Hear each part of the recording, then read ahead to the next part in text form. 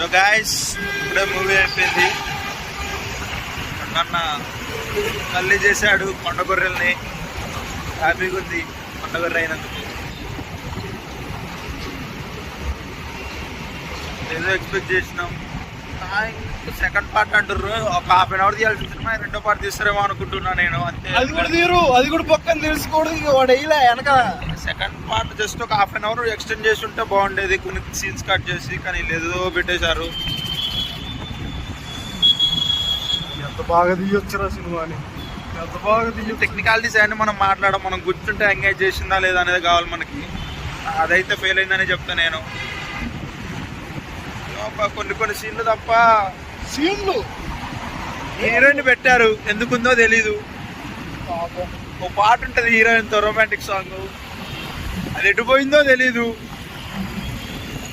అయ్యా మేము వేసిన థియేటర్లో లేవా, లేకపోతే అసలు సినిమాలోనే లేవా, ఏం అర్థమైతే లేదు.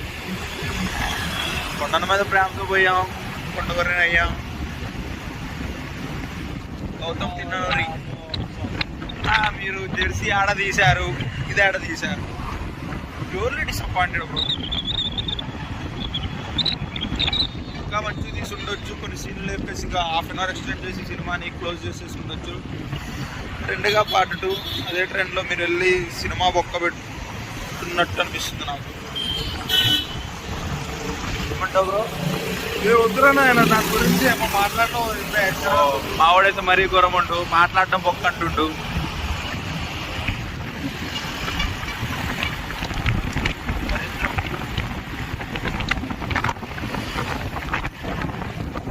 సరే మరి,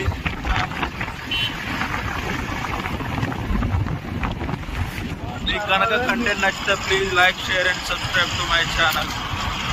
జై శ్రీరామ్. బాయ్.